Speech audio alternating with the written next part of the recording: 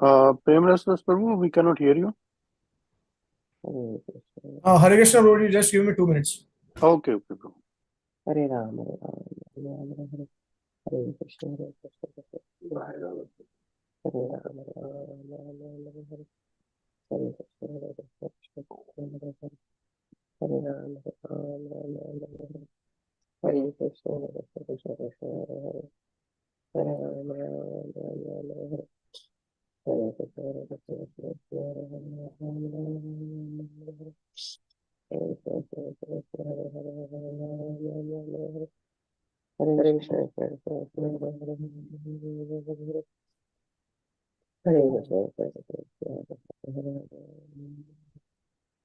Hare Krishna, Hare Krishna, Hare Krishna, Hare Krishna, Hare Hare, Ram Ram, Hare Hare, Hare Krishna, Hare Krishna, Hare Hare, Ram Ram, Hare Hare, Hare Krishna, Hare Krishna, Hare Hare, Hare Krishna, Hare Krishna, Krishna Hare Hare, Hare Ram, Ram Hare Hare, Hare Krishna, Hare Krishna, Krishna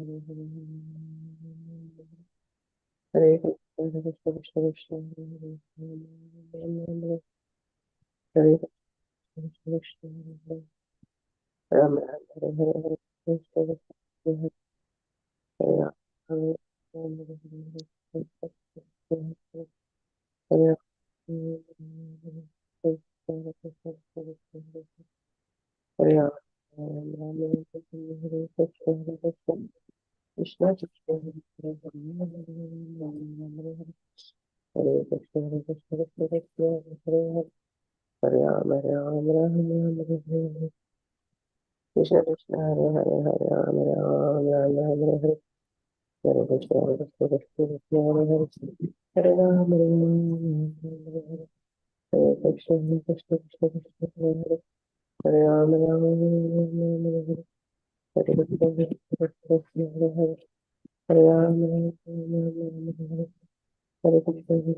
Hare, Hare Krishna, Hare Krishna, Krishna Hare Hare, Hare Ram, Hare Hare, Hare Krishna, Hare Krishna, Krishna Hare Hare, Hare Ram, Hare Krishna, Hare Krishna, Krishna Hare Hare, Hare Ram, Hare Hare, Hare Krishna, Krishna Hare Hare, Hare Ram, Ram Ram, Hare Krishna, Hare Krishna, Krishna Krishna, Hare Hare, Hare Krishna, Hare Krishna, Krishna Krishna, Hare Hare, Hare Ram. I'm facing some Wi-Fi connection issue because we have shifted to a new rented apartment.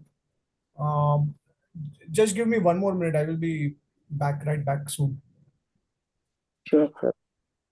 Hare Krishna, Hare Krishna, Krishna Krishna, Hare Hare, Hare Ram, Hare Hare, Hare Krishna, Hare Krishna, Hare Krishna, Krishna Krishna, Hare Hare, Hare Ram, Hare Krishna, Ram, Hare Krishna, Hare Krishna, Krishna Krishna, Hare Hare. Hare Krishna, Hare Krishna, Hare Hare Hare, Ram, Hare Ram, Hare Ram, Hare Hare Krishna, Hare Krishna, Krishna Krishna, Hare Hare Ram, Hare Ram, Ram Ram, Hare Krishna, Krishna Krishna, Hare Hare, Hare Krishna, Hare Krishna, Krishna Hare Hare, Hare Krishna, Hare Hare, Hare Hare Ram, Ram Ram, Hare Hare, Hare Krishna, Hare Krishna, Hare Hare, Hare Ram, Hare Krishna, Hare Hare. Hare Krishna, Krishna Krishna, Hare Krishna, Hare Krishna, Hare Krishna, Hare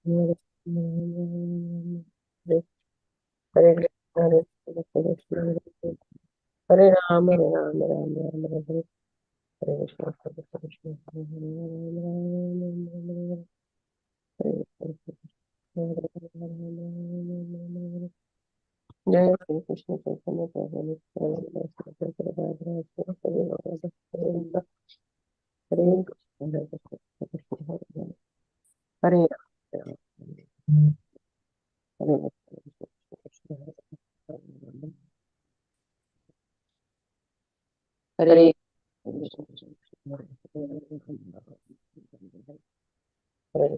Hare Krishna, Hare Ram, Hare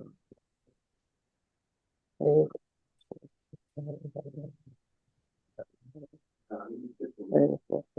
Hare Hare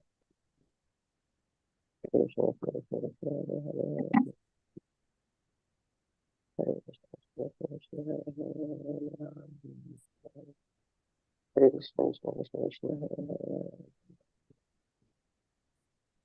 Krishna Krishna, Hare Krishna, Krishna Krishna, Hare Hare, Hare Krishna, Krishna Krishna, Hare Hare, Hare Krishna, Krishna Krishna, Hare Krishna, Hare Ram, Hare Krishna, Krishna Krishna, Hare Hare, Hare Krishna, Hare Krishna, Krishna Krishna, Hare Krishna, Krishna Krishna, Hare Hare, Hare Krishna, Krishna Krishna, Hare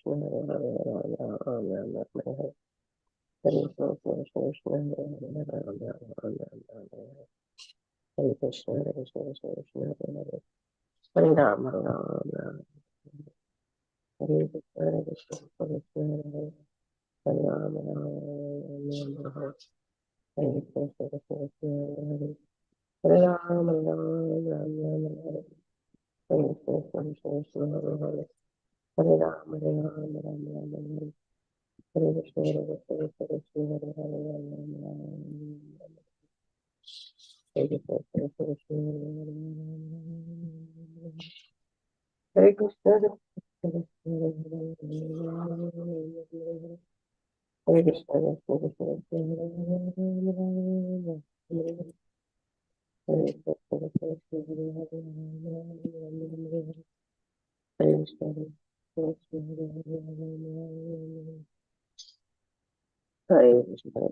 Krishna, Hare Ram, Hare Ram,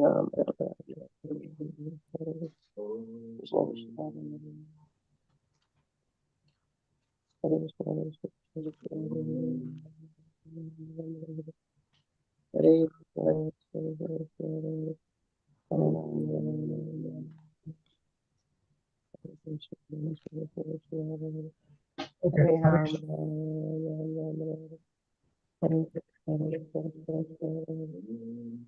Krishna, are you able to hear me?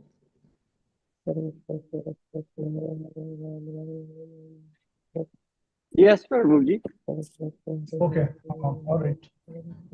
So, apologies for the late arrival because we are in the process of shifting to a new apartment and a lot of things to be set up actually. So, okay.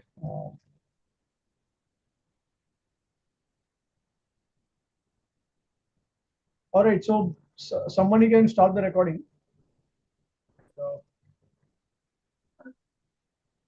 Yeah, so it is already started.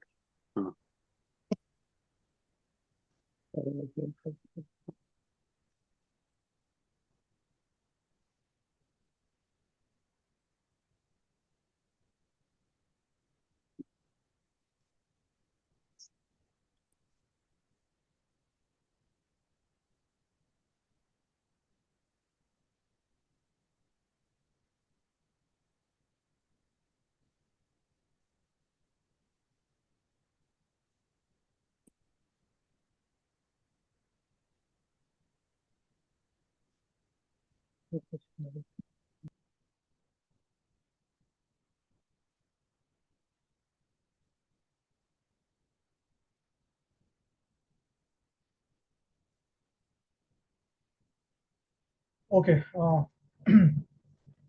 So I have ओम अज्ञानतिमिरन्दस्य ज्ञानाञ्जनशलाकया चक्षुरुन्मिलितं येन तस्मै श्रीगुरुवे नमः।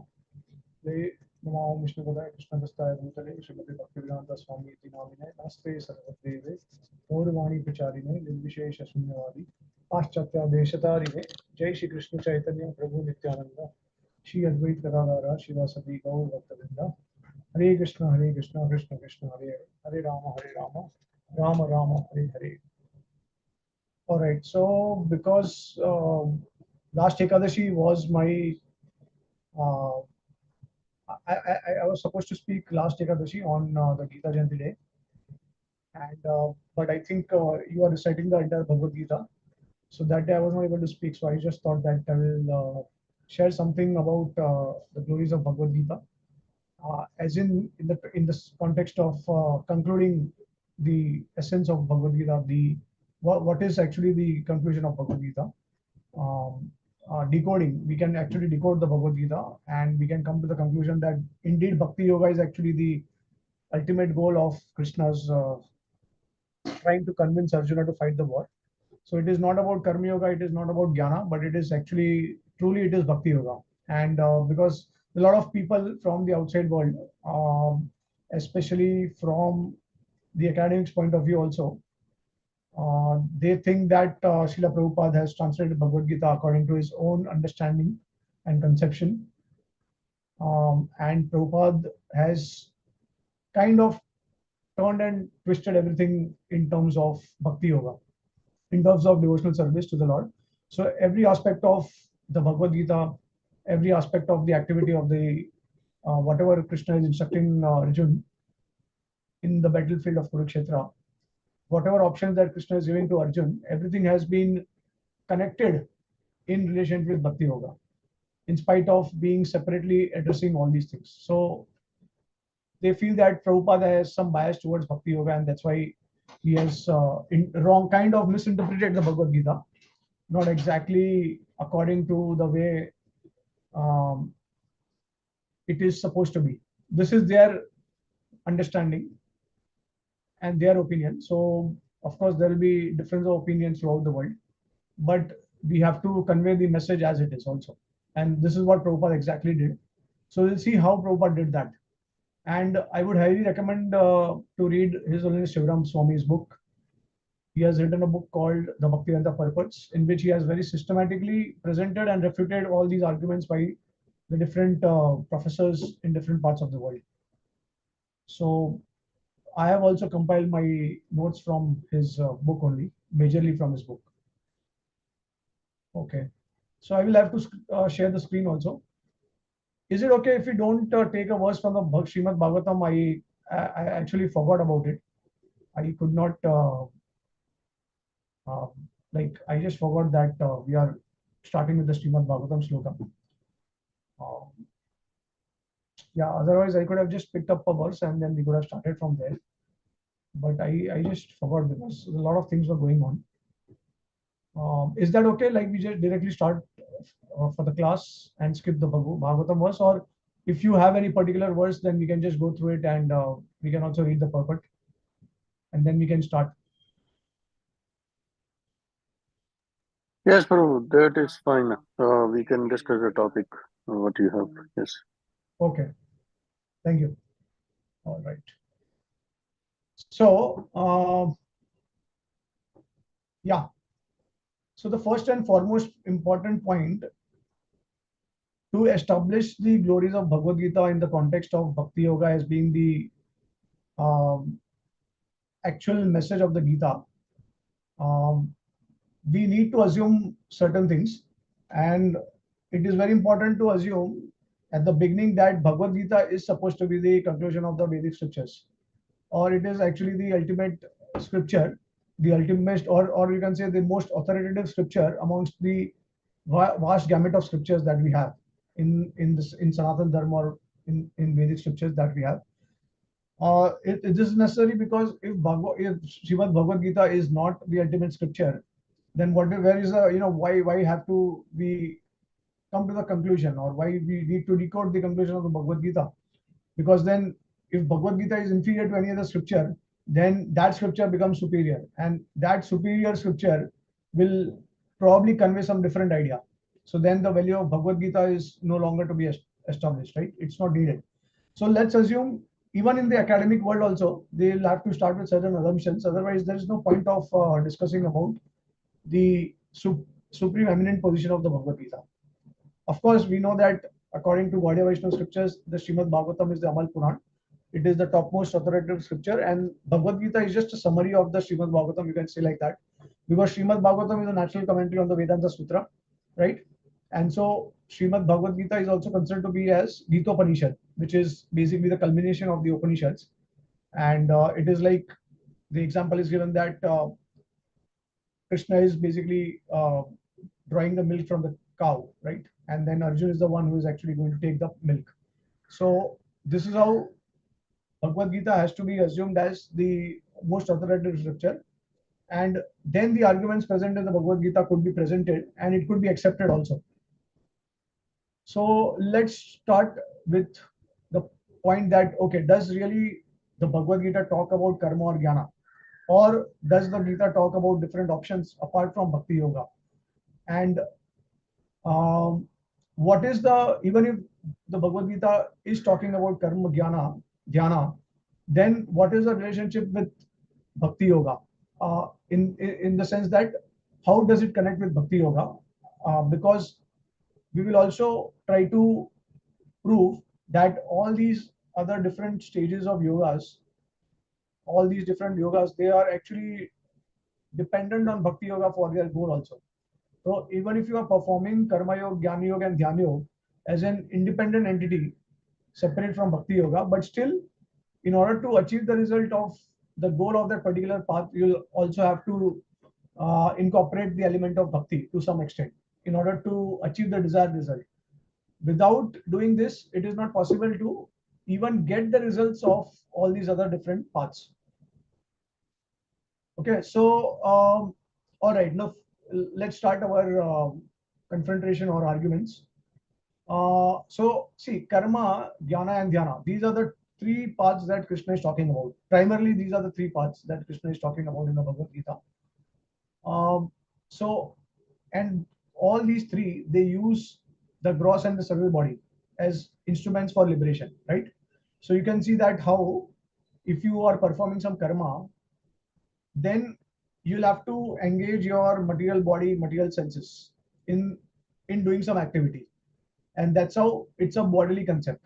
So whatever is connected to karma, it has to be done with our body, and we know that we are not the body with a spirit soul, right? Dehinosmin yatha deve komaram yovanam jara tatha detan prapti divas tatra namuyate. So the body keeps on changing, the soul remains the same, and we keep on taking different bodies at the time of death. So the body is out of fashion. It cannot be an eternal principle then, because body is temporary, it is going to go away. And from the Bhagavad Gita, we also know that the body is not just the gross body that we can see with our naked eyes, but it is also the subtle body. The subtle body also has got subtle senses along with its gross counterpart. So just like we see the gross body externally, but the subtle aspect of the gross body is also inside, and that is called subtle body, which with its subtle senses and all. So the karma, jnana, and now jnana also, you are basically trying to learn the truth with your intelligence, with your mind, right? And using some senses also, probably your eyes or your ears to hear knowledge. So these are all like you are basically engaging your karmendriyas and the jnanendriyas in order to follow the path of karma and jnana.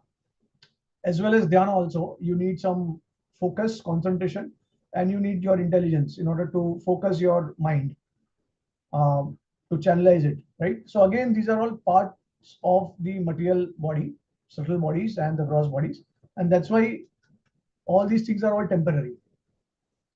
Only element which is going to be permanent is your soul. And what is connected with the soul? It is definitely Bhakti Yoga. Because after going back to the spiritual world, we are only going to perform devotional service. We are not going to perform any other service, right?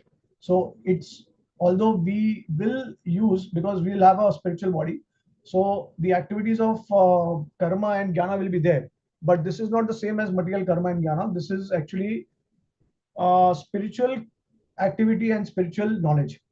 So that knowledge and activity is always going to be part of Bhakti Yoga. And that's why you'll say that Bhakti Yoga includes the results of all the other parts of the karma, jnana and dhyana as well. So whatever result that you achieve through karma, through jnana and dhyana, that is all simply achieved by Bhakti Yoga. Just by practicing Bhakti Yoga, you get the results of all the other parts. Now we'll also discuss what are the results that are going to be accomplished when we perform Karma Yoga, Dhyana Yoga and Jnana Yoga. Right? So Yeah. Now, before that, even Krishna in the Bhagavad Gita 3.42, and let me share the screen also. So I'll be sharing the screen because there will be a lot of verses that I will be sharing from directly from the Bhagavad Gita. I'm going to share it because we are here to prove that it is not the purport of Prabhupada, it is not the translation also, it is directly mentioned in the verse, in the shloka. So we'll not be going through the purports of Prabhupada, but we'll only be reading the shloka as in the translation. So you'll get a clear understanding that there is no biasness in whatever Srila Prabhupada presented in presenting his version of Bhagavad Gita as it is.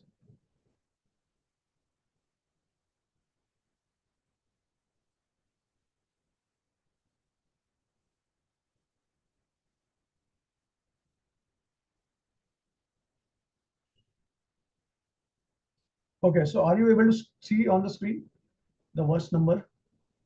I mean the verse.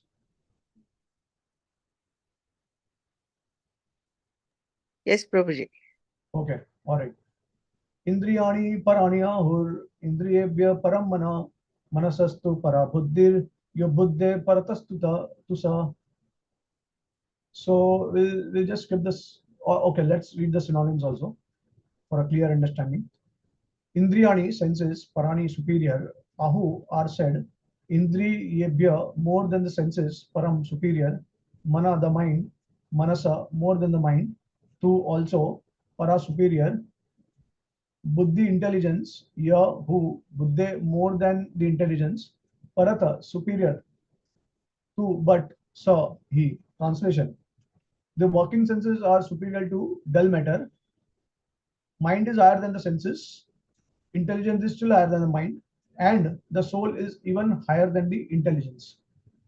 Right? So, see, this is a hierarchy of uh, how the soul is superior to the subtle and the gross body, and the working senses are superior to dull matter. So, we know that uh, the dull matter is inferior to everything because it does not have consciousness, and it is also um, inactive by nature. Okay, unless we use it, then it can become active, but otherwise it's all inactive. So in that sense, the working senses, which are also, if there is no consciousness in the body, then the working senses also will become dull matter. But because the consciousness is present in the body, the working senses become superior to the dull matter.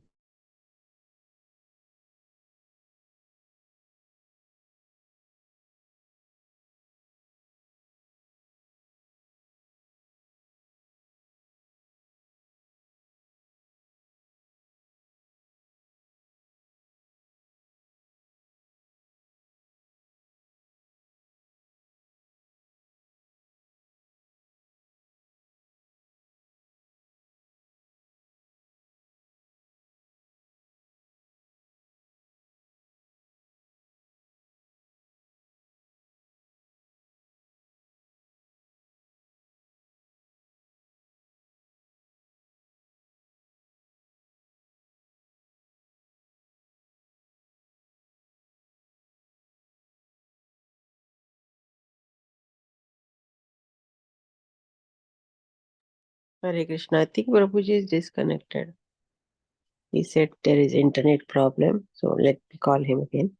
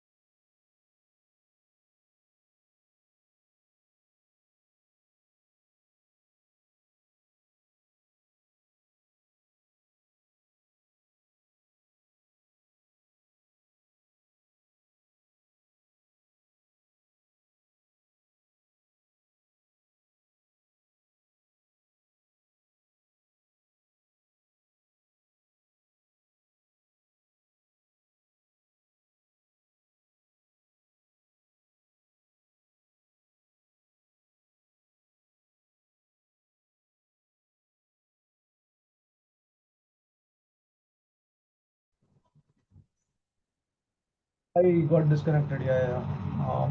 Okay.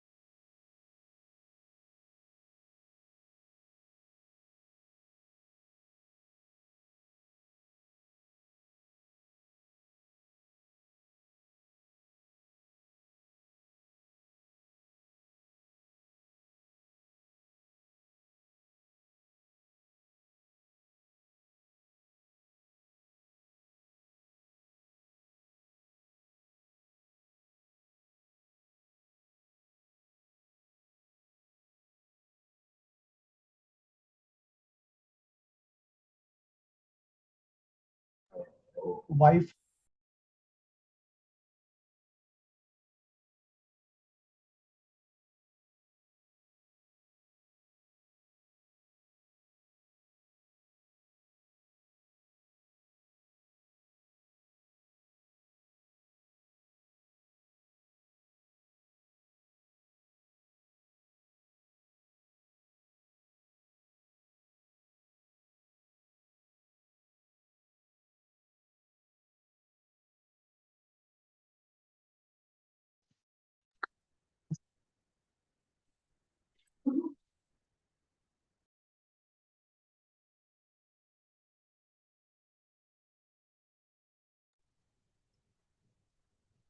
Hare Krishna. Okay, I think there is some issue with the Wi-Fi connection. So maybe let me try connecting it with my phone data network. Hopefully it can work out.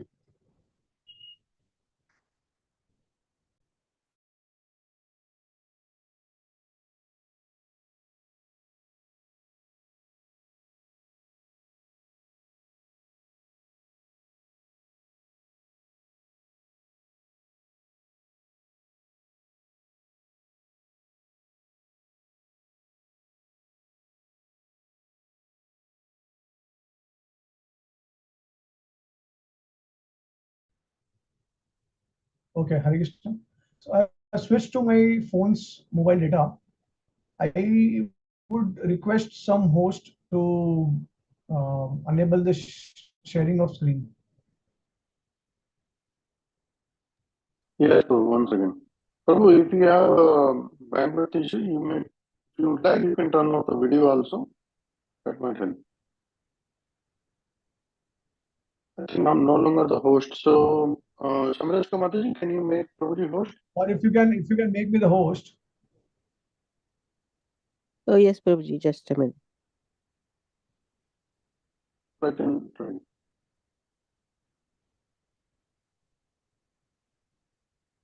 You can just click on Prabhuji's name, then that will make him host.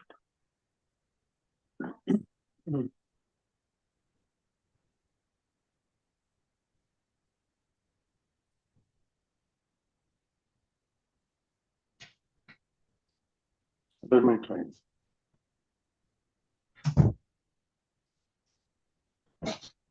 Yes, Prabhuji, you are the host now. Okay. Yes. All right. Yeah. So the intelligence is superior to the mind, and then the soul is superior to the intelligence, because the soul is the ultimate consciousness, and because the consciousness is there, all the other elements, they are kind of activated. Without the soul, without the consciousness, there is no question of the, then all of these elements will become dull matter. So this is directly stated by Krishna himself, and through this verse from the Bhagavad Gita directly, we can also infer that this is the reason why Bhakti Yoga is actually highest amongst the different types of yoga. Correct? Because Bhakti Yoga is directly connected to the Atma. It is, of course, we also make use of the body, but even after the subtle and the gross body, they are no longer present along with the soul.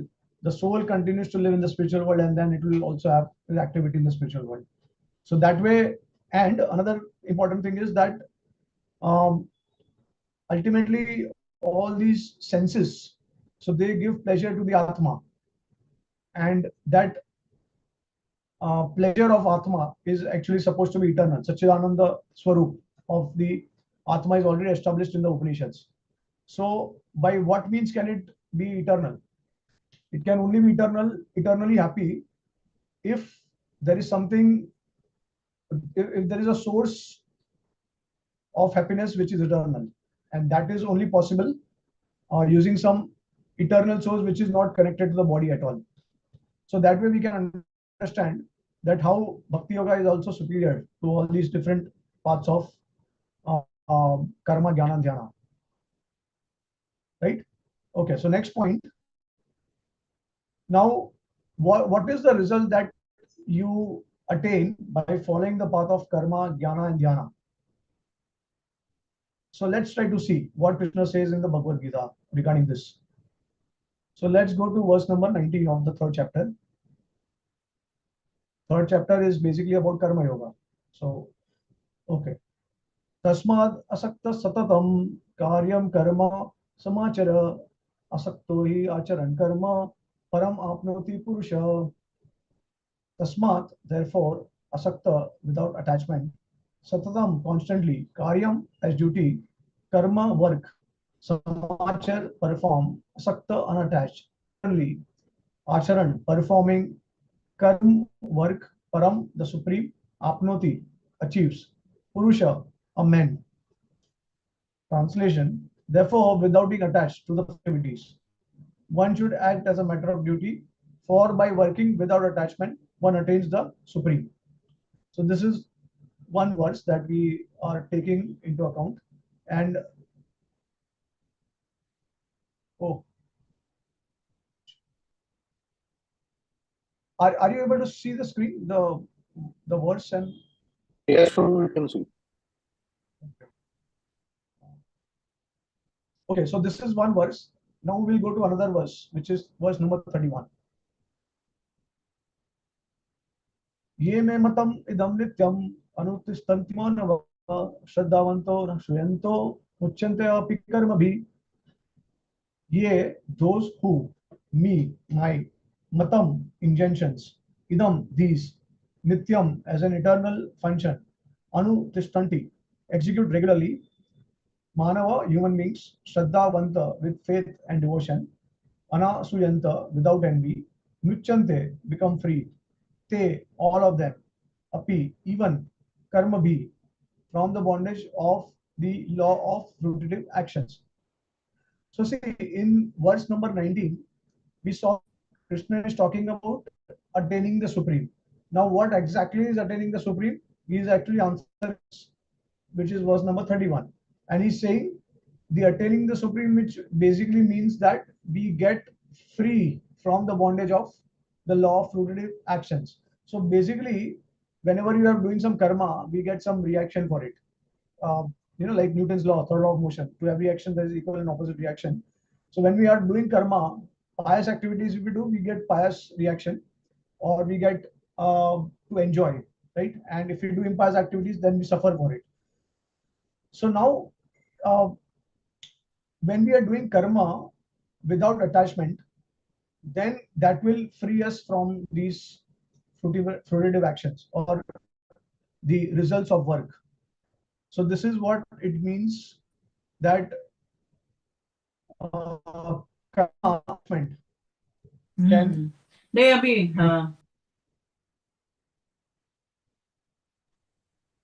so whenever we are doing karma without attachment, then it can bestow the result of freedom from fruitive results, right? This is the result of karma yoga, path of karma yoga. Now, what is the path? What is the goal that we achieve in the by practicing the path of Jnana Yoga? So we'll see verse number 18.54, because Jnana is described in the last 6 chapters of the Bhagavad Gita.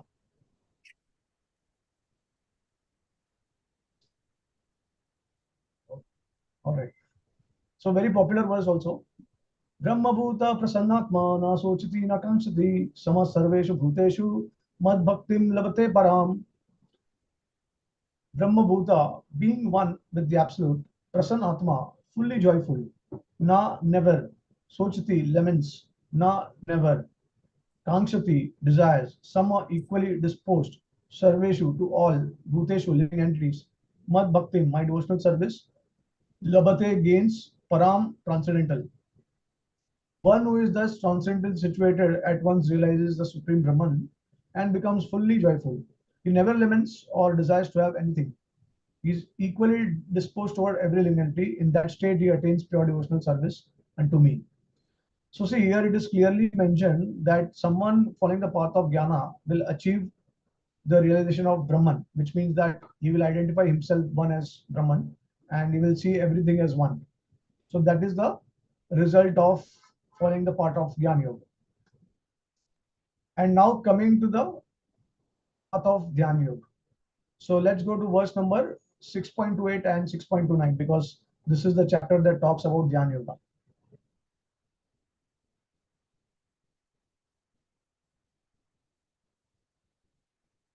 All right. Yunjaneva sadatmanam yogi vigata kalmasa sukhena brahma samsparsham atyantam sukha asnute. Yunjan, engaging in yoga practice, evam, thus sada, always, atmanam, the self, yogi, one who is in touch with the supreme self, vigata, freed from kalmasha, all material contamination, sukhena, in transcendental happiness, brahma samsparsham, being in constant touch with the supreme, atyantam, the highest, sukham, happiness, asnute, attains. Thus, the self-controlled yogi, constantly engaged in yoga practice, becomes free from all material contamination and achieves the highest stage of perfect happiness in transcendental loving service to the Lord. Now, the original sloka does not actually mention about bhakti or devotional service in this verse, but Srila Prabhupada is translating it like that. So let that you can forget that. You can forget this transcendental loving service to the Lord for the time being. But what it says is that they achieve the highest stage of perfect happiness. Basically, they are in touch with the Supreme. This is what it says. Brahma samsparsham, being in constant touch with the Supreme. This is what we need to remember. Okay, so now the one who is following the path of dhyana, at the most he can actually kind of be in touch with the Supreme. And Srila Prabhupada is not wrong in his translation, because in one sense, what is meant by being in touch with the Paramatma? So it basically means that at least you start having some kind of awe and reverence for the Lord, the presence of the Lord. Okay. And you see the Lord everywhere. At the same time, you may establish that constant touch with the Lord, or you may also, if you desire, you may also merge with the body of the Lord, because this is the goal of the followers of Patanjali. So they are dhyan yogis, like for example Ramdev Baba. So all these Patanjali followers, they focus a lot on dhyana, on austerities, meditation and all. They are kind of ascetic also to some degree, but their entire goal is to focus on the Supreme, on the Paramatma, and if they want, they can also merge in the Paramatma, right? So these are the different results that you achieve by following these different paths. Now, what does bhakti award? So bhakti will award everything, because we know that in the spiritual world, we will be eternally established as the servant of the Lord, will serve the Lord. And while serving the Lord, we get all these realizations that we are getting from all these other paths. Freedom from the fruitive activities, of course, because we are no longer subjected to karma. Jnana means to realize the Brahman and to identify that we are part and parcel of Brahman. I mean, one with the Brahman. So in that sense, the devotees also realize that they are also one with the Lord, because they are the same quality, not in terms of quantity. So that result is also obtained. And then in dhyan, they are constantly in touch with the Supreme. Not just that, but beyond that, they are also rendering transcendental loving service to the Lord. So there's also activity involved. So this is how you see that bhakti awards the results of all these paths, but also beyond that. All right, next point. Now, this is a very important point, because the question can be that, are these other paths, are they independent from bhakti? Are they like, do they require some other element to achieve their goals, or are they completely independent? And in order to prove the superiority of bhakti, in order to gain the results of all these paths, that's why you'll see that consistently Krishna has been talking about, although he's describing karma, jnana, dhyana, but at the end of the verses or somewhere in the chapter, he does mention that, engage everything in my service. So like if it is karma, he'll say that engage everything in my service. And if it is jnana, he'll say that use the knowledge to understand me. Okay. And then finally for dhyana, he says that focus your mind on me. So actually everything is linked up to bhakti. And in fact, these are all stages on a ladder. So from karma, one may lead to gyan, gyan leads to dhyan, and then finally dhyan can lead to bhakti. So it all depends on whether we would like to progress, or we would like to move forward and take one step ahead, or we would like to stuck at that particular step and are satisfied with that. So it all depends on the individual's choice. But let's try to establish how karma, jnana, dhyana, they are all completely dependent on bhakti. Okay. So let's go 3.9. Let's start with karma yoga.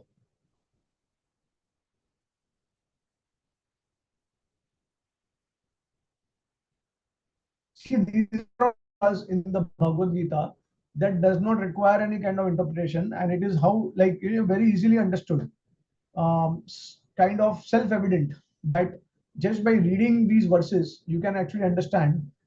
Anyone can understand that actually Krishna is, um, he is emphasizing, and he's also concluding that ultimately he wants uh, Arjun to render devotional service to him. That is the ultimate goal. Another thing I forgot to mention in the beginning is that the Bhagavad Gita also very clearly states the qualification for devotional service to the Lord. And what is that the qualification? So let me go to that. I just forgot that. So verse number 4.3, transcendental knowledge will establish that. So this is actually the most important qualification for anyone who wants to understand Bhagavad Gita and also translate and interpret Bhagavad Gita. Okay. So what does Krishna establish here very clearly? 4.3, verse number 4.3. Sa evayam mayatedya yoga prokta puratana bhakto si me sakha cheti rahasyam hi etad uttamam. Synonyms. So the same, eva, certainly, I am this, maya, by me, te, unto you, adya, today, yoga, the science of yoga, prokta, spoken, puratana, very old, bhakta, devotee, asi, you are, me, my sakha, friend, cha, also, iti, therefore, rahasyam, mystery, he, certainly, etad, this, uttamam, transcendental. Translation, that very ancient science of the relationship with the Supreme is today told by me to you, because you are my devotee as well as my friend, and can therefore understand the transcendental mystery of this science. So see, Krishna is very clearly stating who can understand this transcendental mystery of science: someone who is my devotee or someone who is my friend. Very clearly established. So now someone is not a devotee of the Lord, then they cannot actually interpret the Bhagavad Gita. So right at the beginning, this qualification is established, and I mean, it's not even worth to actually argue about, whether the goal of bhakti, the goal of Bhagavad Gita is bhakti or not, because this is the thing. Krishna is saying that this can only be understood by someone who is my devotee, and the verse actually states the word bhakt. Bhakto si mein sakha cheti. Sakha and Bhakto, right? So there, like that, there are many verses in the Bhagavad Gita that has directly the word bhakti. Like, Bhaktyama Janati Yavaneshati Tatmata. And then, so who can understand the knowledge of Gita? Bhaktyama Janati. Only by rendering devotional service to me. And then there is another verse also which talks about that. So this is how we actually can clearly understand that only through Bhakti Yoga we can understand the Bhagavad Gita. All right, so let's go to karma.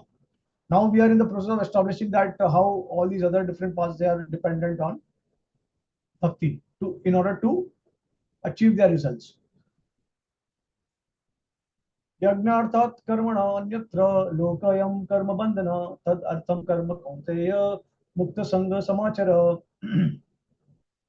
यज्ञ अर्थात यज्ञ done only for the sake of yajna or Vishnu. Anyatra, otherwise loka, world. I am this karma bandhana, bondage by work. Tat, of him. Artham, for the sake. Karma, work. Kunte, O son of Kunti. Mukta sangha, liberated from association. Samachara, do perfectly. So work done as a sacrifice for Vishnu has been to be performed. Otherwise, work causes bondage in this material world. Therefore, O son of Kunti, perform your prescribed duties for his satisfaction. And in that way, you will always remain free from bondage. Now, see, it is very clear here that work which is done as a sacrifice of Vishnu has to be performed. Otherwise, it will cause bondage in the material world. It's not that, okay, you are doing some work and you are detached from the activity. That work also will, if you do not worship Vishnu, if you don't offer that activity to Vishnu, then it becomes a material activity, because ultimately you may be detached, but you cannot be free from the desire to work in the future. And because you have that desire, that's why you'll have to take another body. But when you offer your results to the Lord, then only the Lord will destroy the bondage which is caused due to the work itself. So that way you'll stop repeated birth and that, and you can go to the abode of the Lord. But so that's why it is very clearly stated that work will cause bondage in the material world. And that's why the prescribed duty should be performed for his satisfaction. Now, another question here may be that yajna, why is it? Yajna can also mean normal yajna, like it has to be done as a sacrifice, right? But the question is that sacrifice for whom? We talk about like impersonalists, they may also talk about yajnas, like for example the fire yajna. But then ultimately, what is that fire yajna? Who is represented by that fire yajna? Fire yajna, the yajna is impersonal. Yajna does not have any consciousness. The yajna cannot bestow results in itself. So who is bestowing the result? How? So basically, the yajna is representing some entity. It is, like when it is representing some supreme controller or power, the absolute truth, then the yajna has some prominence. But yajna in itself cannot bestow any result. It cannot also control one's karma. So it is very clear that yajna has to refer to some entity which is going to award that, which will basically free us from the bondage of fruited activities. So by that we can also refute the impersonalist argument, or the arguments by the different professors. All right, next let's go to, there are so many verses like that. We'll go to all of them one by one. Okay, so verse number 3.30.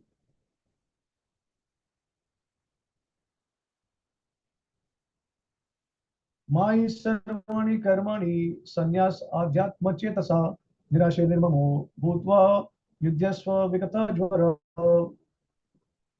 Mai, and to me, sarvani, all sorts of karmani, activities, sanyasya, giving up completely, adhyatma, with full knowledge of the self, chetasa, by consciousness, nirashi, without desire for profit, nirmama, without ownership, bhutva, so being, yudhyasva, fight, vigata jvara, without being lethargic.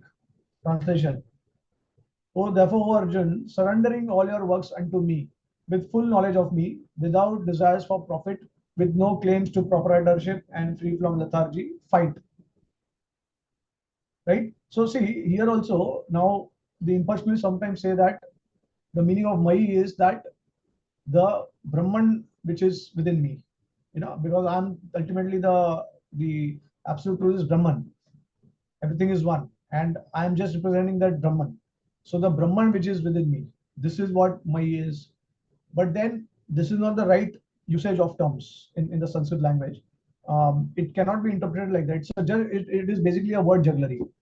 And the real understanding, the real interpretation of that particular word is actually given by our acharyas. So Srila Baldev Bhushan, Jiva Goswami, and all the Vaishnava acharyas like Ramanujacharya, Madhvacharya. So they are the ones who are actually properly defining the meaning of the word Mai.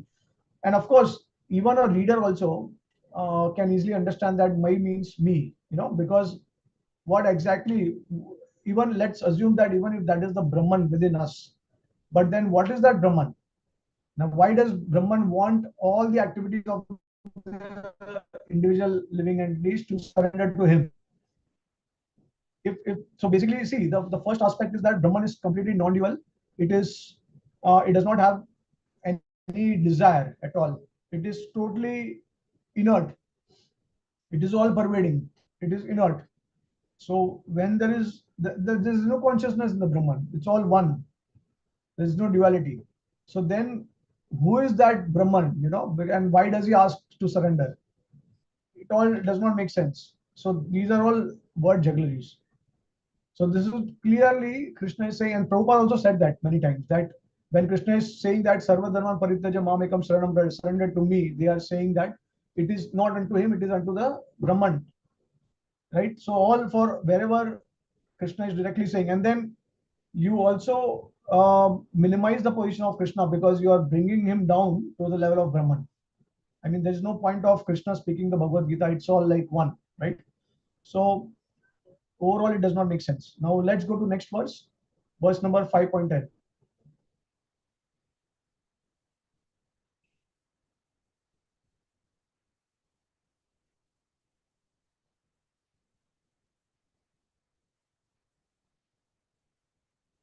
Brahmani adaya karmani sangam tattva karoti ya lipyaten na sa papena padma patram ivam bhasha.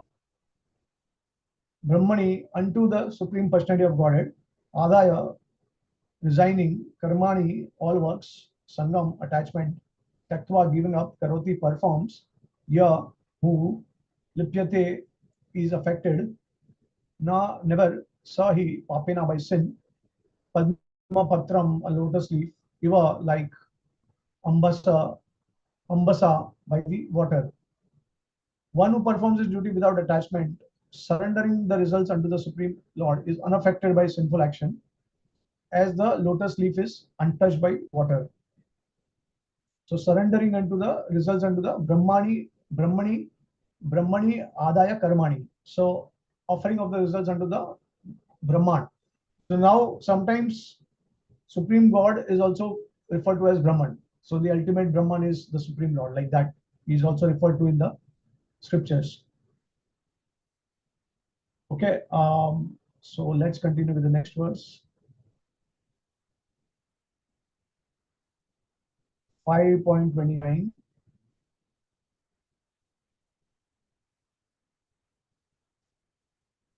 भोक्ताराम यज्ञ तपसाम सर्वलोका महेश्वरम सुवर्धन सर्वभूतानाम ज्ञात्वा शांति रक्षति. Bhuktaram, the beneficiary yajna of sacrifices, tapasam, and penances and austerities, Sarvaloka of all planets and the demigods thereof, Maha Ishwaram, the Supreme Lord, Suradam, the benefactor, Sarva of all, Bhutanam, the living entities, Gyatva, thus knowing, Mam, me, Shantim, relief from material pangs, Rachati, one achieves. See, when you say me, like for example, we understand that when the slok talks about Brahman directly, right? Then we may have a doubt whether Krishna is talking about himself or when he's talking about Brahmani, the Brahman. But here there are so many verses where Krishna is directly saying Mam, Mai, like that. So why he is using specifically the word Mam or me, Mai, like that. So that also indicates that there is some difference which needs to be established. A person in full consciousness of me, knowing me to be the ultimate beneficiary of all sacrifices and austerities, the supreme lord of all planets and demigods, and the benefactor and well-wisher of living entities, attain peace from pangs of material miseries. So he who believes that Krishna is the ultimate beneficiary of all sacrifices and austerities attains peace. Right? So this is another verse. Next verse will be okay. Third chapter itself.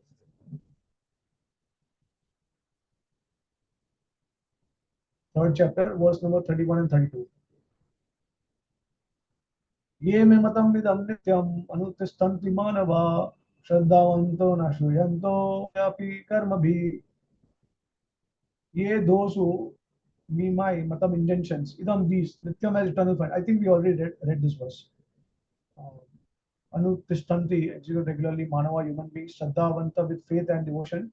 Anasuyanta without envy muchante become free. Yeah, I think we read this verse. So those persons who execute their duties according to my intentions and follow out envy become free from the bondage of fruitive actions. So see here Krishna is saying that those persons who will execute their duties according to my intentions. Ye me matam idam. That is also very clearly stated, very personal. It is not, Brahman is saying something like that. No. Ye me matam idam. This is my mat. This is my opinion. According to my intentions and following me will become free. So the next one also elaborate on this further. Ye tva etad अभ्यसूयन्तो नानुतिष्ठन्ति मे मतं सर्वज्ञान विमूढांस्तान् विधि नष्टन् अचेतस. Ye those who however itat this abhyasuyanta out of envy na do not anutistanti regularly perform me my matam intention sarva gyan in all sorts of knowledge vimudhan perfectly befooled tan they are vidhi know it well nashtan all ruined achetasa without Krishna consciousness. Translation. So, but those who out of envy disregard these teachings and do not follow them regularly are to be considered bereft of all knowledge, befooled and ruined in their endeavors for perfection.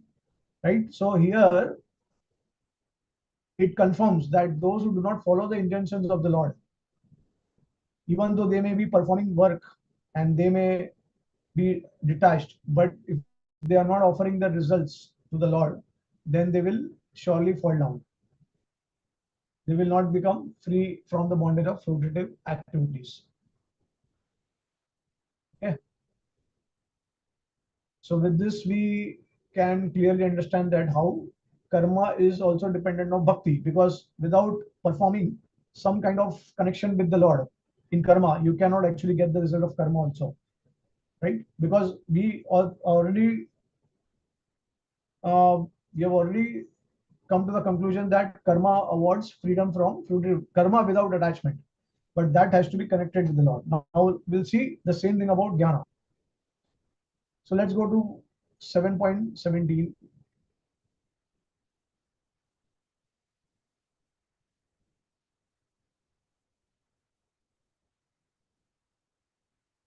तेषां ज्ञानी नित्ययुक्त एक भक्ति विशिष्यते प्रिय हि ज्ञानिनो अर्थम अहम स च मम प्रिय. Tesam, out of them, Jnani, one in full knowledge, Nitya Yukta, always engaged, Eka, only, Bhakti in devotional service. Shishyate is special, Priya, very dear, he certainly, Jnanina, to the person in knowledge, Atyartham, highly, Aham, I am, Sa, he, Cha, also, Mama, to me, Priya, dear. Of these, the one who is in full knowledge and who is always engaged in pure devotional service is the best. for I am very dear to him and he is dear to me. Here, specifically, Krishna is using the word Eka Bhakti Vishishyate. That's why there is nothing wrong in considering as pure devotional service here. Okay, so we'll go to next verse, 18. Udara sarva evaite jnanitva atmaiva me matam asthita sahi tatma nu tamam gatim. Udara, magnanimous, sarve, these, jnani, one who is in knowledge, too, but Atma eva, just like myself, me, my matam, opinion, astita, situated, so he certainly, yukta Atma, engaged in devotional service, mam, in me, eva, certainly, anutamam, the highest, gatim, destination. All these devotees are undoubtedly magnanimous souls, but one who is situated in knowledge of me, I consider to be just like my own self. Being engaged in my transcendental service is sure to attain me the highest and most perfect goal. Again, Krishna is actually establishing that who among the Gyanis is actually the best type of Gyani. And who is very dear to him is the one who is also um, kind of engaged in transcendental service to the Lord. Right? Now, finally, this 19th verse will actually establish the dependence of Gyan on Bhakti. And this is a very popular verse. Bahunam janmanamante jnanavamam prapadyate vasudeva sarvamiti samatma sudurlabha. So Bahunam, many, Janmanam, repeated births and deaths, Ante after, Jnanavan, one who is in full knowledge, Mam unto me, Prapadyate surrenders, Vasudev, the personality of Godhead, Krishna, Sarvam, everything, Iti thus, so that Maha great soul, Su Durlabha, very rare to see.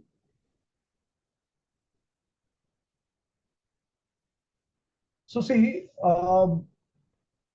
this is a very important verse for all of us because it clearly refutes and establishes the preeminence of, and this is also self-evident verse in the sense that unless and until you um, try to understand the Lord and you perform service to the Lord, you cannot really attain liberation through Gyan.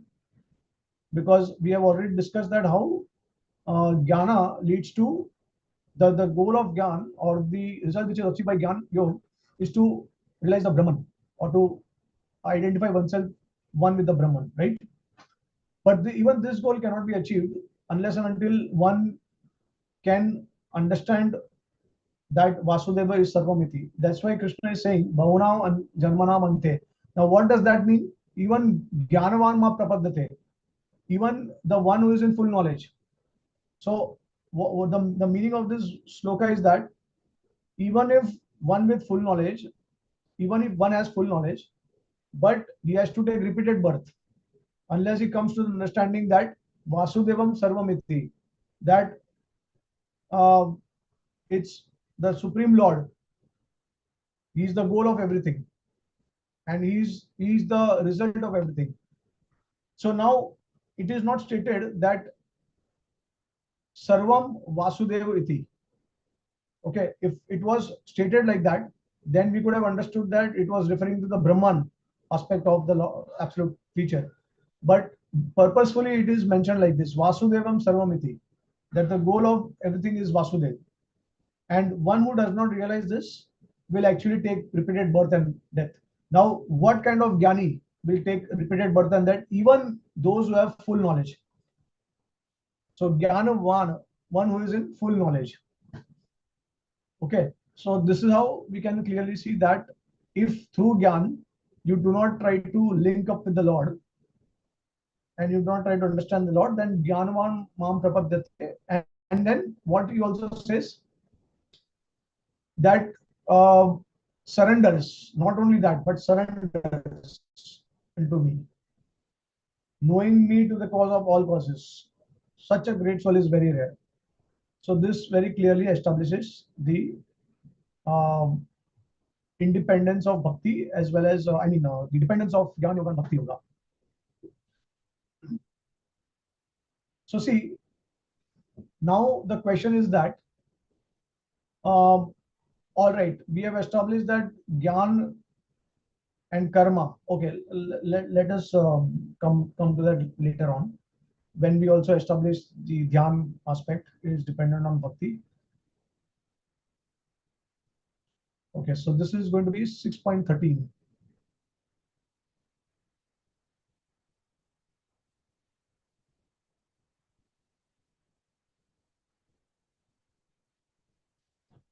Okay.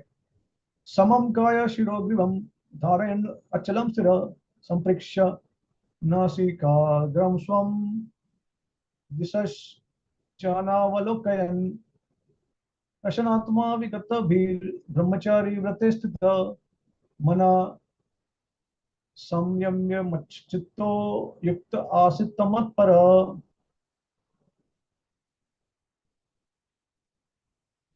Samam, straight, kaya, body, shira, head, grivam, and neck, holding, achalam, unmoving, stira, still, sampreksha, looking, nasika, of the nose, agram at the tip, swam, on, disha on all sides, cha also, anvalokayan, not looking, prashanta, unagitated, atma, mind, vigata, be devoid of fear, brahmachari, vrate, in the vow of celibacy, sita, situated, mana, mind, samyamya, completely subduing, mat, upon me, Krishna, chitta, concentrating the mind, yukta, the actual yogi, asitta, should sit, mat, me, para, the ultimate goal. One should hold one's body, neck, and head erect in a straight line and stare steadily at the tip of the nose. Thus, with an unagitated, subdued mind, devoid of fear, completely free from sex life, one should meditate upon me within the heart and make me the ultimate goal of life. So, this is also very clearly stated in the words itself. There is no question of misinterpretation, because here it is mentioned that mat me para, make me the ultimate goal, and then also focus your mind upon me, right? Matta. So that is very clearly stated here. So this is the verse that actually establishes that one has to, while making, uh, while cultivating the path of Dhyan Yoga, one has to make the Lord the object of meditation. Next verse is verse number 50. Okay. युञ्जन् एव सदात्मानं योगनित्यमानस शान्तिं निर्वाण परमां मत्संस्थाम् अधिगच्छति. Yunjan, practicing, even as mentioned above, Sada, constantly, Atmanam, body, mind, and soul. Yogi, the mystic transcendentalist, Niyat Manasa, with regulated mind. Shantim, peace. Nirvana, Paramam, cessation of material existence. Mad, Samstam, the spiritual sky, the kingdom of God. Adi Gachati, thus attain. Thus, practicing constant control of the body, mind, and activities, the mystic transcendentalist is mind regulated, attains to the kingdom of God, or the abode of Krishna by cessation of material existence. Okay, next verse will be 6.6 and 7.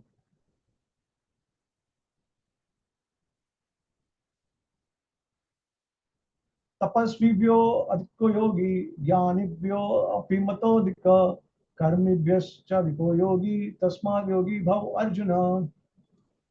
Tapasvibhya, then the ascetics, adhika, greater, yogi, the yogi, jnanibhya, then the wise, api, also, mata, consider, adhika, greater, karmibhya, then the fruitive workers, cha, also, adhika, greater, yogi, the yogi, tasmat, therefore, yogi, a transcendentalist, bhava, just become Arjun, O Arjuna.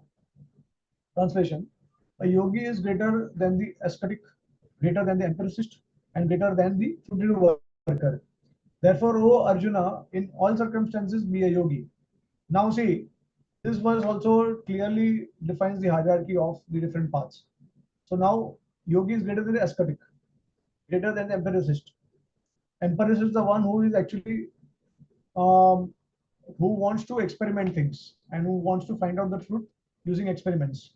Ascetic is the one who will follow some kind of vows, will try to kind of like, for example, celibacy or some regulative principles in order to avoid any kind of physical pleasure. And then fruitive worker is the one who is actually going to be working for some cause, and he is expecting some result. So it is very clearly mentioned that the empiricist is greater than the fruitive worker, because so basically the empiricist is like a jnani, because jnani is the one who's trying to attain knowledge, who is trying to experiment things. And then ascetic is greater than the empiricist, because ascetic is basically the one who is very advanced in his control of senses, regulated lifestyle, and all that. So that is Dhyana Yoga. Now, who is this yogi that is referred? So this yogi is actually, it cannot be anything other than uh, the bhakti yogi, because all these other paths are already described. So what is left out is only bhakti. So that's why this yogi is actually referred to as bhakti yogi. Now we'll see the most important and the popular verse. योगिनां तरात्मना श्रद्धावां भजते यो मां समय युक्ता तमो मतः. Yoginam of yogis api also sarvesham, all types of mad gatena, abiding in me, always thinking of me, anta atmana, within himself, shraddhavan, in full faith, bhajate, renders transcendental loving service, ya one who, mam, to me, the Supreme Lord, saw he, me, may by me, Yuktatama, the greatest yogi, Mata is considered. And of all the yogis, the one with great faith, who always abides in me, thinks of me within himself, renders transcendental loving service to me, is the more intimately united with me in yoga, and is the highest of all. That is my opinion. So we can clearly see that Bhakti Yoga is definitely the topmost amongst all the different types of yoga. And at the same time, how Dhyana Yoga, because every place, each and everywhere, whenever the Lord is talking about Dhyana, he's basically asking Arjun to, any practitioner to focus his mind on him. And this is the only way actually one can attain the result of Dhyana, by being in touch with the Supreme. And that's why Dhyana Yoga is also ultimately dependent on Bhakti. And ultimately, the Lord establishes for any other path, whether it can be Dhyan, Karma, Gyan, or any other path that we have, Karma Mimamsa, maybe Karma Mimamsa of Jaimin Rishi, which are all kind of subsets of these three paths. So all these other different paths, they finally they have to surrender to the Lord only. That's why he also establishes this in the 4th chapter of the 11th verse. And what does he say? This is also another very popular verse from the Bhagavad Gita. Transcendental knowledge. Ye yatha mam prapadyante tam saiva bhajami ham mam vartamat sarvasha. So what does Krishna say? That ye all who yatha as mam unto me prapadyante surrender, tan them tatha so eva certainly bhajami reward aham I mama my vartama path anuvartante follow manushya all men path O son of Pritha sarvasha in all respects. So all surrender unto me, I reward them accordingly. Everyone follows my path in all respects, O son of Pritha. So now from this verse, it is very clear that whichever path you follow in the material world, ultimately it is Krishna's path only. And because you follow Krishna's path, that's why you gain some result. Otherwise, it is not possible to gain anything, right? So, and indirectly, you have to surrender to the Lord. Now, why does one has to surrender to the Lord? Because you cannot get the result without surrendering to the Lord. See, the thing is that why are we controlling the material world? We are controlled because there is a supreme controller. And unless we submit to his will, we will not get the result of the activity. So he's the controller, he's the giver of the results. And that's why we need to prapadya, to surrender to him. So basically, Krishna is saying that ultimately everyone depends on me for attaining their paths, the goal of their paths. Right? So very clear meaning from this. Okay. Now we were talking about bhakti is independent, bhakti path being independent. So now see, by the words Brahma Bhuta Prashanatma Nasotati Akanksati, one can clearly understand that bhakti, so these are all influenced by the modes of material nature, jnana, karma, dhyan. But bhakti is the only path which is transcendental to the modes of material nature. And this is what is established by the Lord clearly when he speaks about Bhaktyamana Vijanati, and then he also talks about Brahmavutta Prashanatma Nasotati Nakamshati. Because after one, like, let's go to that verse. You'll have some proper understanding of that.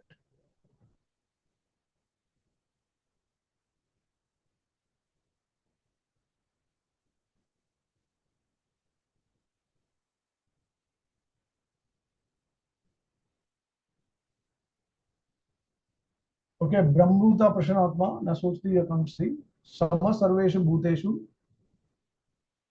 Param.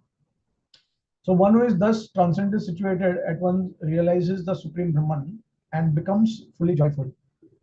He never laments or desires to have anything.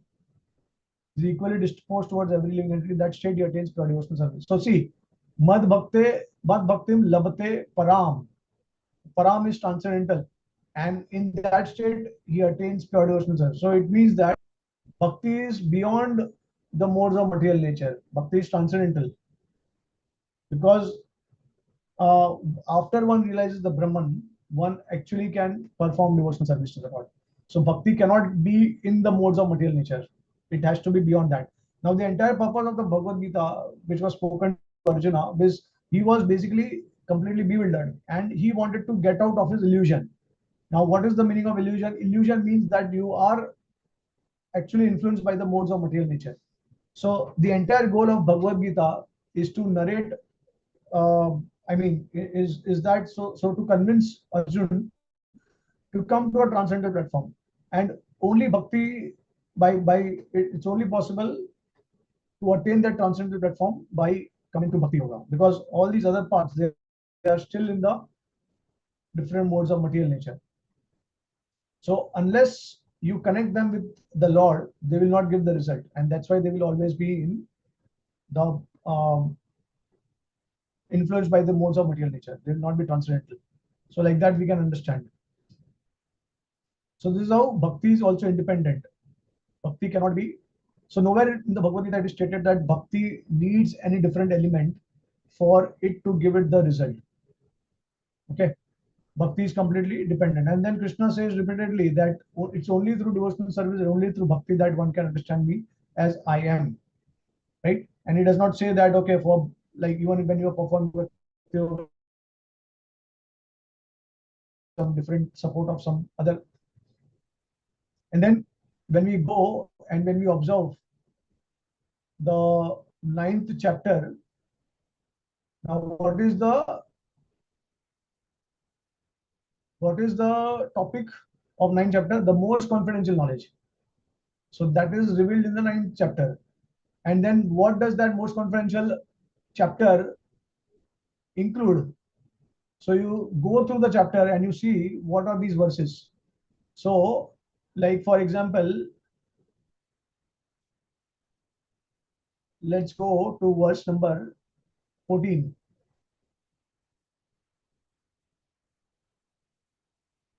Very straightforward conclusion. Satatam kirtayanto mam yatantascha dhradravratta namasyanta mam daktya nityayukta upasate. Right? Very clear understanding. Directly from the verse we can understand. It's all directly connected to Krishna's glorification. Then verse number 22. Ananyashchintayanto mam ye jana parupashate tesham taibiyuktanam yogashemam vahamiyam. Right? Let's go to another verse. Verse number 11.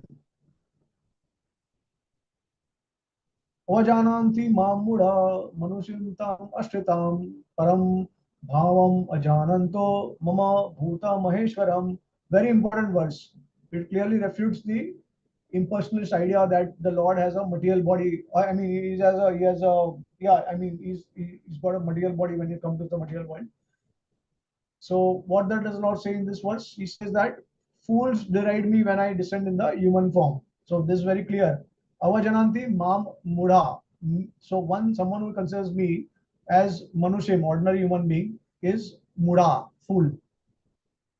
They do not know my transcendental nature as the supreme of all that be. Param bhavam ajananto. So here itself the Lord has clearly refuted all these ideas in this verse. Mama bhuta maheshwaram. Param bhavam. He is beyond all these things. Transcendental. Then let's go to verse number 25. So worship of demigod also refuted. Yanti dev vrata devan pitra yanti pita vrata bhutani yant bhuteja yanti mad yagino pimam. So those who worship the demigods take birth among demigods. Those who worship ancestor go to ancestor. Those who worship ghosts and spirits will take about among beings, and those who worship me will live with me. Very clearly, the concept of duality has been presented, that there are multiple personalities, and it's not that all paths will lead to the same goal. At the same time, there is also the individuality of the demigods and the different destination that you attain. So this is also very clearly mentioned in the most comprehensive chapter of the Bhagavad Gita. Then next is verse number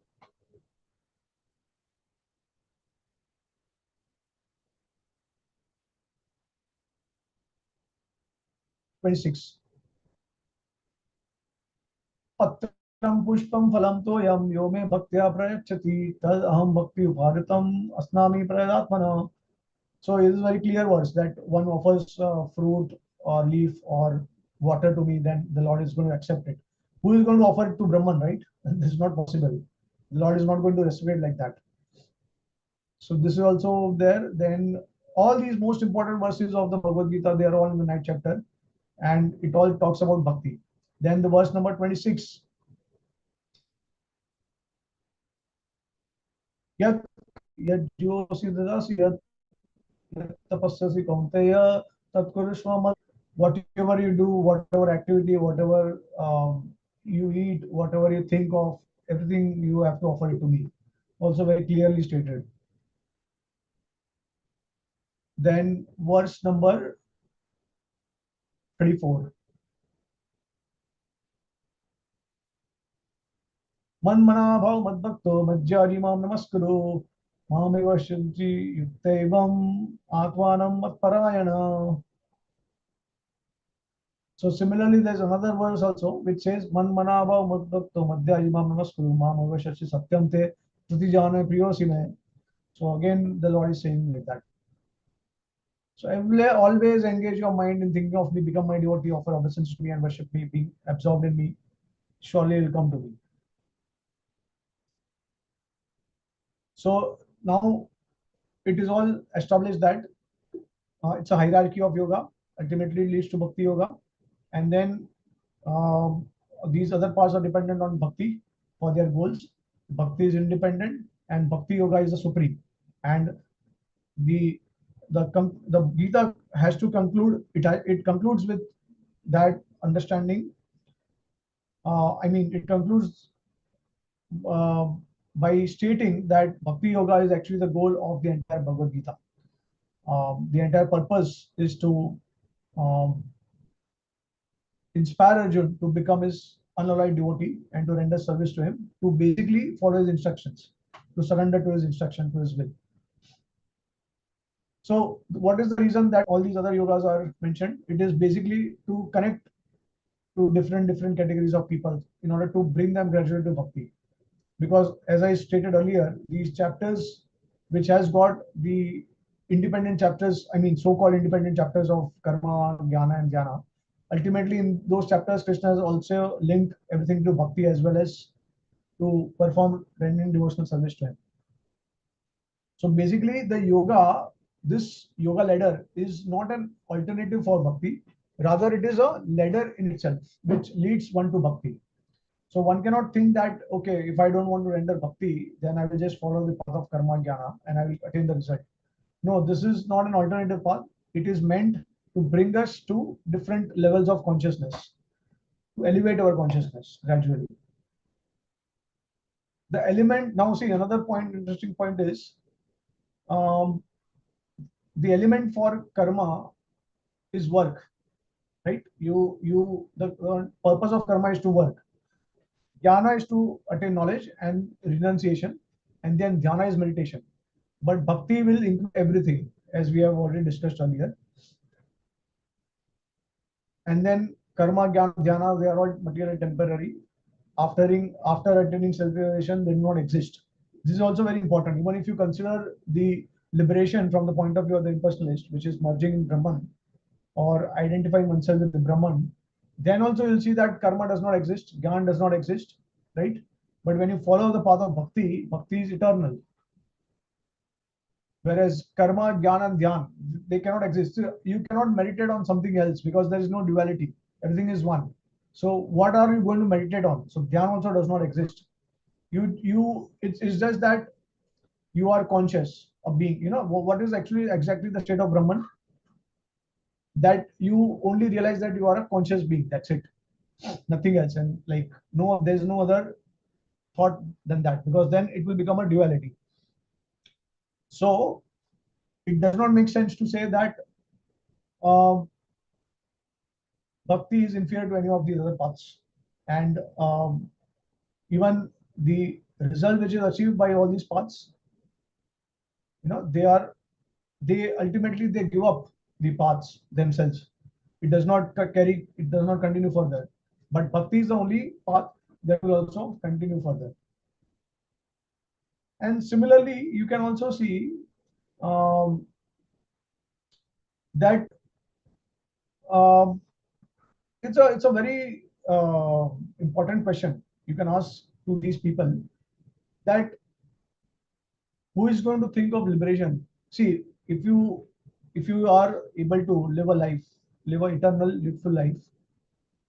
Let's say you are not going to die, and you get an eternal body, eternally youthful body, and you do not die, and there is no suffering at all. Now, would you choose the path of activity? Because when you have an eternal youthful body which is not going to die, there is no disease, there is no suffering. So would you not enjoy with that body rather than to completely isolate yourself and merge with the Brahman? So the question of liberation coming up, I mean, it does not even come up for someone who is enjoying in the material world. Like, we know that we have come to Krishna consciousness because we have experienced suffering, and then we started questioning that why are we suffering? Who are we? Why are we in the material world? And even if we are not suffering, if we are enjoying, but someone else is suffering, we can see that. So at least that will trigger our mind to ask this question, that why people are suffering, right? But if suffering only is not there, then who is going to think about self-realization? So this very easily establishes that liberation is just a byproduct of your desires. It is not actually something which is eternal. I mean, it is not something that is the highest principle. The highest factor is basically devotional service, because we can see in the material itself that when we are given this opportunity to have a very beautiful body, then who is going to think of liberation? I mean, we are already liberated because we are going to enjoy it eternally, right? So to think about, like, what is this merging in Brahman means, or identifying yourself as one. Like, for example, if you're totally isolated from everything in this material world, you are in a desert and you are disconnected from all types of communications, all types of relations, and you are single, alone. This is what is Brahman effulgence, merging in Brahman, or you can say considering yourself as Brahman. This is what it is. This is the experience. Or you can say a very simple analogy is that basically it's a state of dreamless sleep. So you go into sleep and you don't have any dreams, and you don't know what's happening at all. Totally blank. You're just sleeping. So this is actually like the state of Brahman. Now, who is going to want that?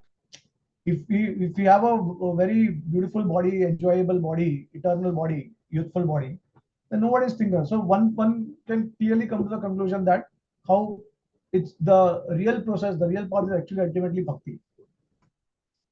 So see, Arjuna is going to be, he was bewildered, and then the dilemma was there because of his bodily conception. He was identified in terms of body, and because uh,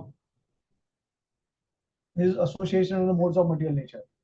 And then Krishna provides a solution. In the 14th chapter also he says, of course, Brahma Bhuta Prashanatma, and then one more verse it says, Maam jo vicharena bhakti yogena sevata, sagunan sabhityaitan Brahma Bhuyaya kalpate. So let us see that verse also in the 14th chapter, verse number 26. Also shows how bhakti is independent. Maam choya vyabhicharate sagunan samatyaitan Brahma Bhuyaya kalpate. Full devotional service, unfailing in all circumstances, at once transcends the mode of material nature and thus comes to the level of Brahman. Bhakti Yogena Sevate. One engaged in full devotional friendly, one at once transcends the modes of material nature and comes to the level of Brahman. This also shows Bhakti is independent and it is transcendental.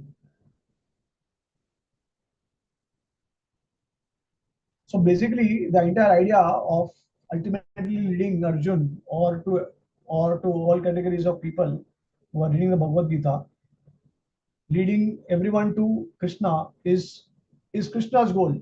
It is his opinion and not the opinion of any other commentator or any other professor, right? And this is the ultimate permanent solution that the Lord is giving us. And bhakti is the only transcendental practice. No other practice can elevate one to transcendence. And this is further stated in 18th chapters, 18th chapter of the Bhagavad Gita. For example, verse number 66. Let's go one by one. 55, 57, 66. भक्त्या माम विजानाति यावन्यश्चास्मि तत्त्वतः ततो माम तत्त्वतो ज्ञात्वा विशते tad anantaram. One can understand me as I am, as the Supreme Master of God, only by devotional service, and one is in full consciousness of me. By such devotion, he can enter into the kingdom of God. This is one verse. Then go to 57. चेतसा सर्वकर्माणि मयि संन्यासमत्पर बुद्धि योगम पाश्रित्य मच्चित्त सततम भव. In all activities, just depend upon me and work always under my protection. In such devotional service, be full conscious of me.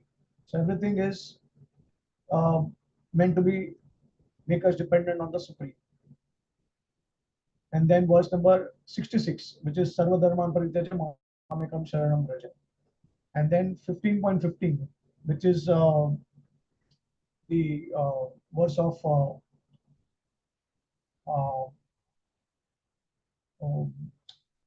very popular verse. Sarvasya Chani Vidishanvisto Mata Smriti Jnanam Aponam Cha Vidisha Sarvar Vedya Vedantikrit Vedavid Eva Chaham. Right? So everything is connected to bhakti ultimately. This is what Krishna is trying to establish. So with this, yeah, we can conclude the class. And any questions or comments, then devotees can ask. Hare Krishna, Prabhuji. Thank you for a very, very important class today. Very important. I wanted to ask you, Prabhuji, is the level of surrender different in different yogas? Level of Surrender.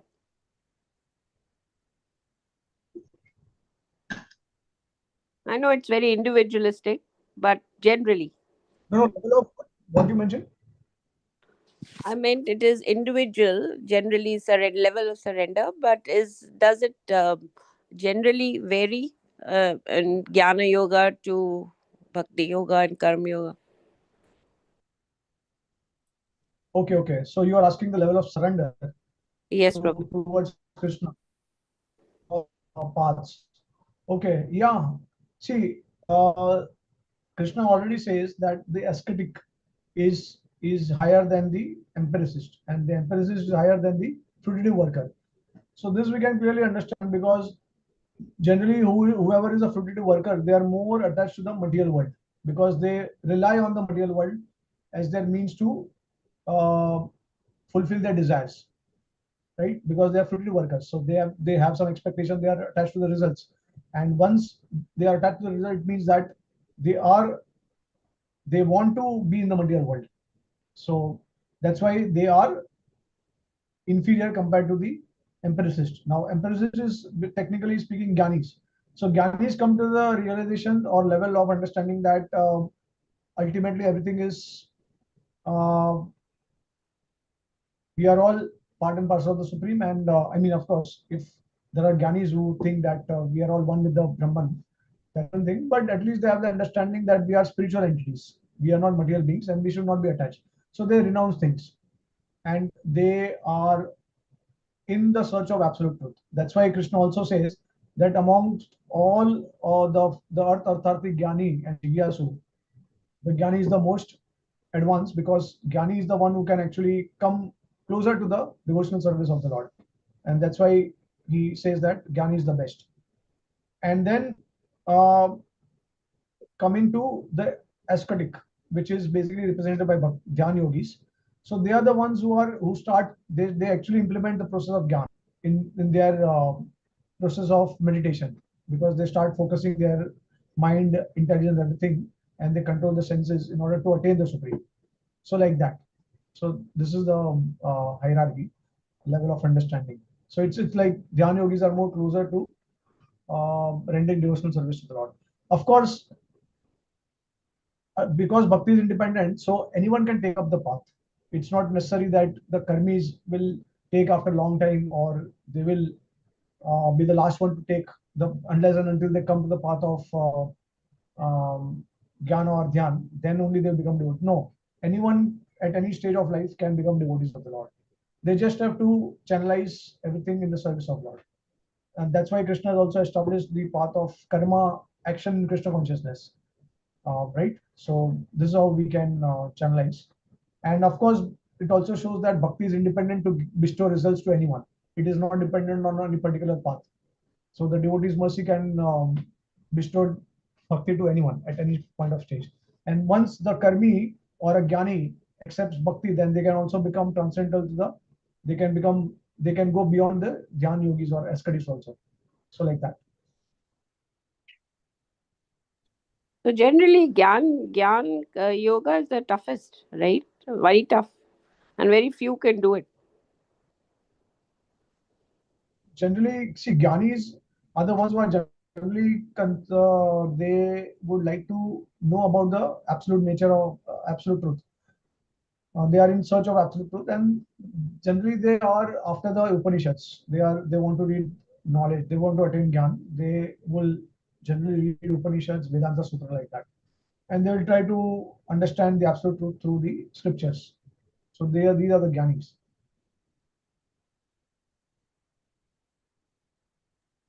Thank you, Prabhuji. Hare Krishna. Yeah, but when we take up to devotional service, then also we are taking Gyan. But that Gyan is connected to Bhakti. So it's all transcendental in nature. Like, for example, the entire science of Krishna consciousness is explained to us by our Acharyas. So that knowledge is very important to us, because that is Sambandh Gyan. That Gyan is the one that will connect us to the Lord. And it will also help us to advance in spiritual life. So that Gyan is different from the Gyan. So here Gyanis are the ones who are searching for the absolute truth, and they can be impersonalists also, they can be Mayavadis also, they can be some other category of philosophers also, speculators also, like that. But the Gyan which is attained by the devotees, it's all different. It's connected to Bhakti.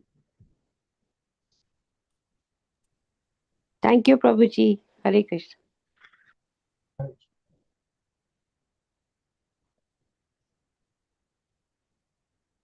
Okay, any other question or comment?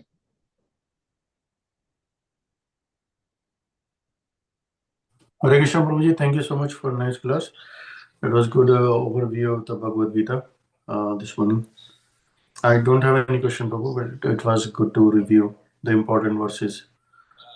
Yes, Prabhu. Yeah. This is actually very important that devotees, they can, whenever there is a question from the outside world or some kind of argument, then they can directly state from the Bhagavad Gita the verses which are straightforward, direct. Like it's not, I mean, of course, some verses Prabhupada has done that kind of translation, but ultimately, see, the goal is that Krishna has a purpose in his mind, and the purpose is that he is inspiring Arjun to render devotional service to him, which basically means that uh, he is a devotee already, but he wants to surrender to his instructions. So what is that? It is basically, ultimately, it is bhakti, because you cannot surrender, you would not like to surrender to someone unless you have love for that person. So Krishna is trying to extract that love from Arjun, and that is doing by providing knowledge, right? So that is actually the ultimate purpose of the Lord. So sometimes, we have some purpose, like for example, uh, marathon is going on. So we emphasize a lot on book distribution. And then you'll see that in different temples, different speakers will come and they will inspire you for book distribution marathon. They will say indirectly you can help, because the purpose ultimately, finally you have to distribute Prabhupada's books somehow or the other. So because people are not able to do it, they're not able to follow the path directly, and they are at a different consciousness level. That's why you uplift them gradually, elevate them. And this is the reason Krishna is talking about all these other paths. But his goal is that everyone should be able to connect wherever, whichever path they are, even if there is a karmi, jnani or jnani yogi, who is at a particular path and is a particular stage of that path. Krishna even wants that person to come to him, to connect to him, to render service to him. And that's why you'll see that in every chapter of the Gita, he's linking, either he's using the word bhakti, either he's using the word mam, so that ultimately any path you can link to the Lord or you can serve the Lord. And that way, Krishna is also giving some kind of concession. Although you may not be qualified to render bhakti directly, or you may not be at that stage, but if you link up your so-called desires or your inclinations and channelize in the service of Lord, then you not only attain freedom from those reactions, but you also attain devotional service to the Lord. So it's a sukriti that will accumulate over a period of time. And that's the reason Prabhupada also has done the same thing. Because Prabhupada has understood what is Krishna's ultimate purpose. So that purpose he has also mentioned in different sections. Like, just like the Bhagavatam also, you'll see that bhakti is spoken not just in the end, but right in the beginning, middle, and end. All these three places, Bhagavatam talks about bhakti continuously. So similarly, the Lord he's also very generous. He's also very broad-minded, and he's accommodative also. Any person can come to him, can approach, and whatever inclinations they have, they can connect to the Lord. But at the same time, they also get the ultimate result. So any father who is concerned for their children's welfare, he's not so interested in giving some temporary benefit to them. He's ultimately wants that the children should get the ultimate result, the highest type of happiness and award. But if the child does not want it, then he will trick the child to give some kind of reward or result that he's more attached to, like that. So this is what Prabhupada also does. So like that, we can clearly see how there are direct verses in the Bhagavad Gita, and the reason for Prabhupada being talking about Bhakti Yoga and linking up every yoga with Bhakti Yoga. Yes, Prabhu. Thank you. And Prabhu, how many verses were there in this total that you covered? I think more than 20 verses, around 25 to 30 verses. Probably. Oh, 25, 30. Okay. So I have shared on the screen. Whenever you want to refer, you can like to take down all these verses. You can just go through the class once again, and then like you can create some 3 sections. Right. Prema, Jnana, Dhyana. You can write verses for all these sections. and that way you can do it. And these are taken from, you mentioned there is a Maharaj Shivram. Yeah. What is the name of the book, Prabhu? So, What is the name of that book? Bhaktivedanta Purports. Oh, Bhaktivedanta Purports. Okay. Yeah. I think somehow this book is probably not, or maybe it is available, but it is very expensive.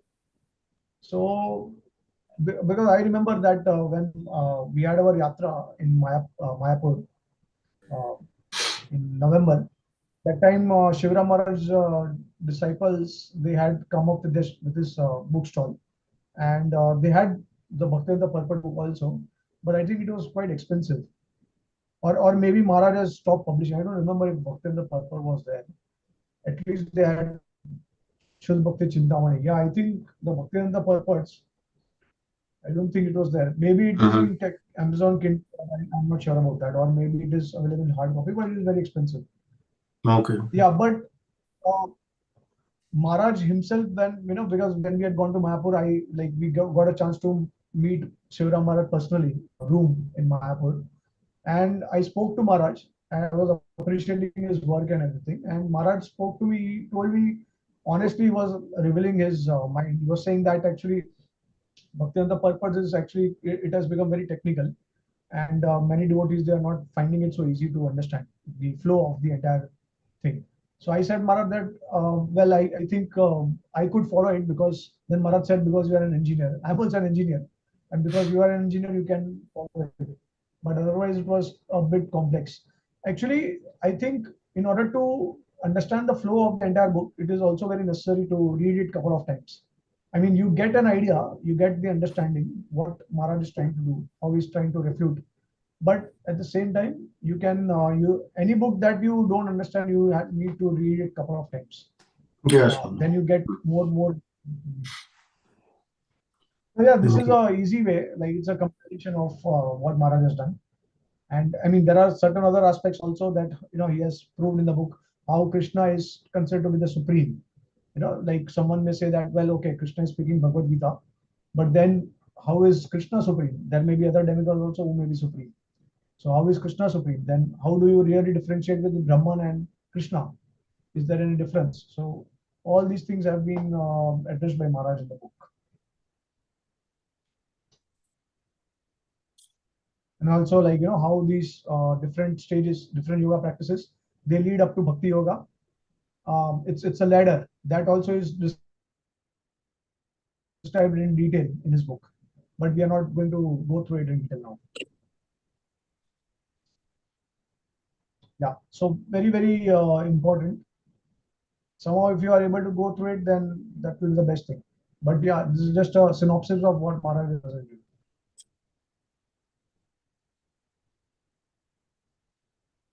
Okay, all right. Any other question or comment?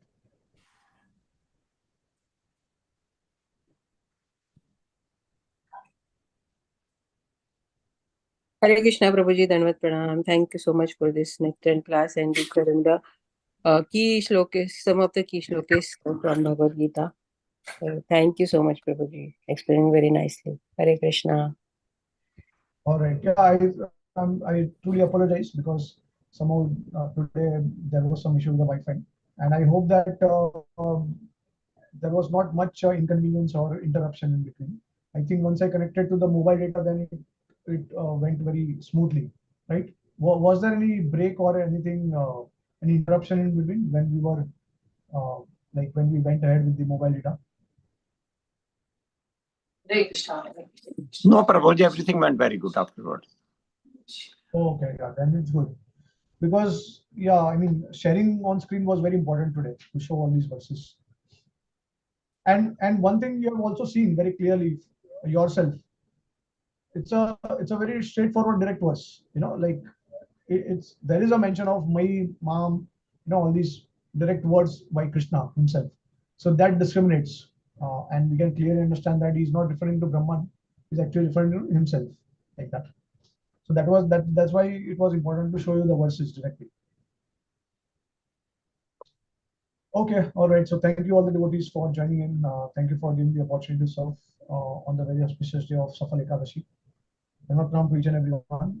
Panchakalpatarubhyascha kripasindhubhyascha patitanam pavanebhyo देवैष्णवेभ्यो नमो नमः। संत कबीर की जय, हमारे जय ठाकुर की जय, जय प्रभुपाद की जय, जय ग्रंथराज श्रीमद् भागवतम की जय, जय भगवद गीता की जय, प्रेम रस प्रभु की जय। थैंक जय यू प्रभु जी। हरे कृष्णा। हरे कृष्णा हरे एकादशी हरे एकादशी महोत्सव की जय।